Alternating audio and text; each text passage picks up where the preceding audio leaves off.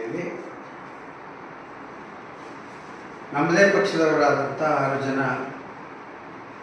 ಸದಸ್ಯರು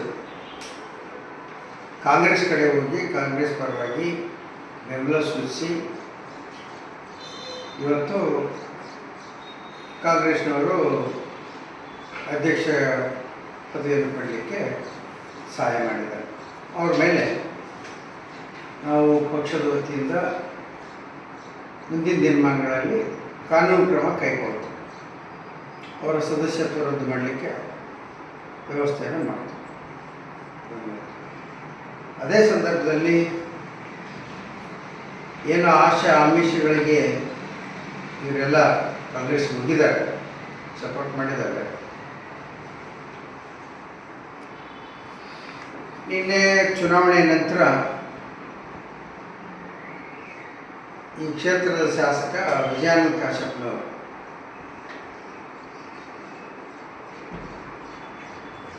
ಕೆಲವು ಅವಾಚ್ಯ ಶಬ್ದಗಳನ್ನು ಬಳಸಿದ್ದಾರೆ. ದೊಡ್ಡನಗೌಡ ದಡ್ಡ ಅಂತ. ನಾನು ದಡ್ಡನೆ, ಯಾಕಂದರೆ ನಾನು ಇಡೀ ಕ್ಷೇತ್ರದ ಅಭಿವೃದ್ಧಿ ತಂದ ಹಣದಲ್ಲಿ ಅಭಿವೃದ್ಧಿ ಮಾಡೋದು ಅಂತ ಗೊತ್ತಾಗ ನನಗೆ. ಆದರೆ ಮುಂದೆ ಅದರಲ್ಲಿ ನಾನು ತಂದಂಥ ಅನುದಾನದಲ್ಲೇ ಕಮಿಷನ್ ಹೊಡಿತಕ್ಕಂಥ ಜಾಣತನ ನಿಂತರೆ ಇದನ್ನು ಮಾತ್ರ ನಾವು ಹೋಗ್ತೇನೆ.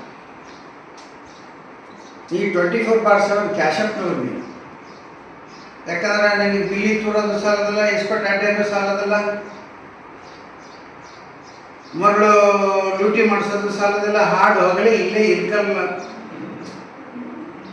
ನಗರದಲ್ಲೇ ಲೂಟಿ ಆಗ್ತದೆ. ನೀನು ಶಿಷ್ಯರು ಇಲ್ಲಿ ಚಟ್ನಾಳ ಇನ್ನುಳಿದ ಕಡೆ ಮರಳು ಲೂಟಿ ಮಾಡ್ತಾ ಇದ್ದಾರೆ. ಯಾವುವು ಅಧಿಕೃತವಾಗಿರ್ತಕ್ಕಂಥ ಪಾಯಿಂಟ್ಗಳನ್ನು ಬಂದ್ ಮಾಡಿಸಿ, ಅಧಿಕೃತವಾಗಿರ್ತಕ್ಕಂಥ ಪಾಯಿಂಟ್ಗಳನ್ನು, ಮರಳು ಪಾಯಿಂಟ್ಗಳನ್ನು ಬಂದ್ ಮಾಡಿಸಿ, ಅನಧಿಕೃತವಾಗಿರ್ತಕ್ಕಂಥ ಪಾಯಿಂಟ್ಗಳು ಇಲ್ಲಿ ಚಾಲು ಅದಾವೆ. ಯಾಕೆ? ಕಮಿಷನ್ ಹೊಡೆಯೋದ್ರಲ್ಲಿ, ಪರ್ಸೆಂಟೇಜ್ ಹೊಡೆಯೋದ್ರಲ್ಲಿ ಜಾಣ, ಅದರಲ್ಲಿ ನಾನು ದಡ್ಡ ಒಪ್ಕೊಳ್ತೀನಿ. ಇವತ್ತು ನೀನು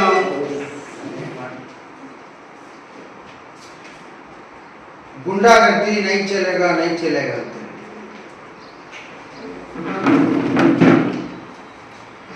ಅದು ಬಹಳ ಆಶ್ಚರ್ಯಕರವಾದ ಬೆಳವಣಿಗೆ.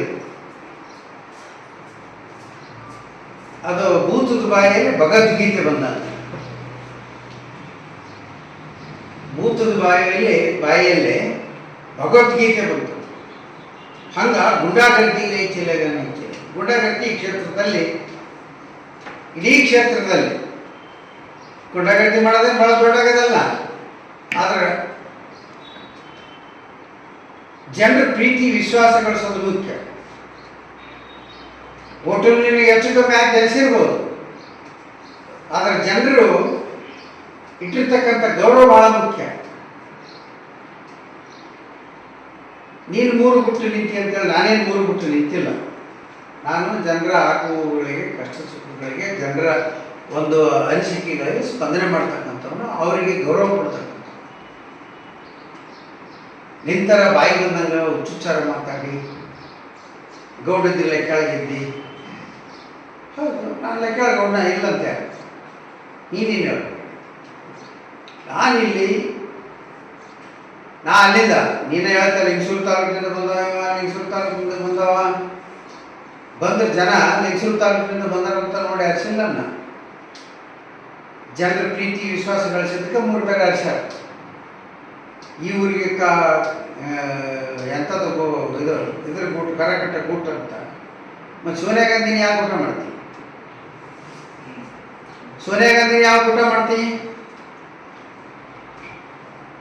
ಇಟಲಿಯಿಂದ ಬಂದಕ್ಕೆ ಸೋನಿಯಾ ಗಾಂಧಿ ಈ ದೇಶಕ್ಕೆ ಯಾವ ಊಟ? ಅದಕ್ಕೆ ಉತ್ತರ ಕೊಡು. ಇದೇ ಸಿದ್ದರಾಮಯ್ಯನವರು ಮುಖ್ಯಮಂತ್ರಿಗಳು ಬದಾಮಿ ಬಂದು ತಾರಿಸೋಗ್ಲಿಲ್ಲ. ಈಗ ಅದ ಬದಾಮಿ ಕೈ ಕೊಟ್ಟು ಹೋದ್ರು. ಅಲ್ಲ, ಒಂದು ನಿಮಿಷ.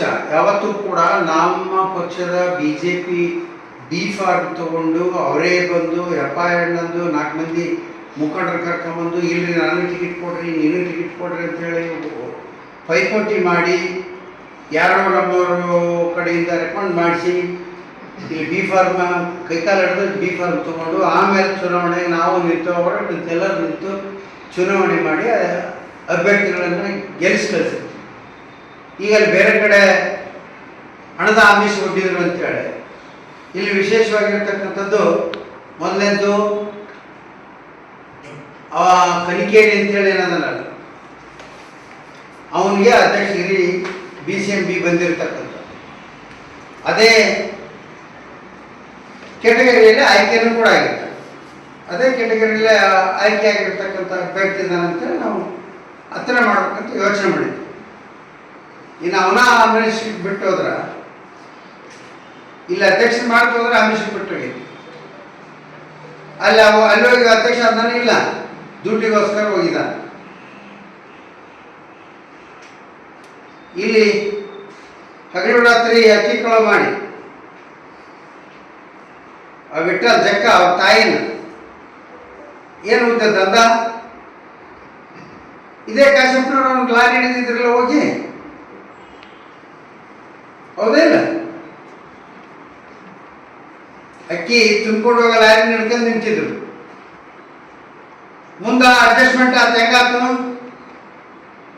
ಕಮಿಷನ್ ಬರಕತ್ತು, ಬಾಯಿ ಗಪ್ ಚುಪ್ ಆತು.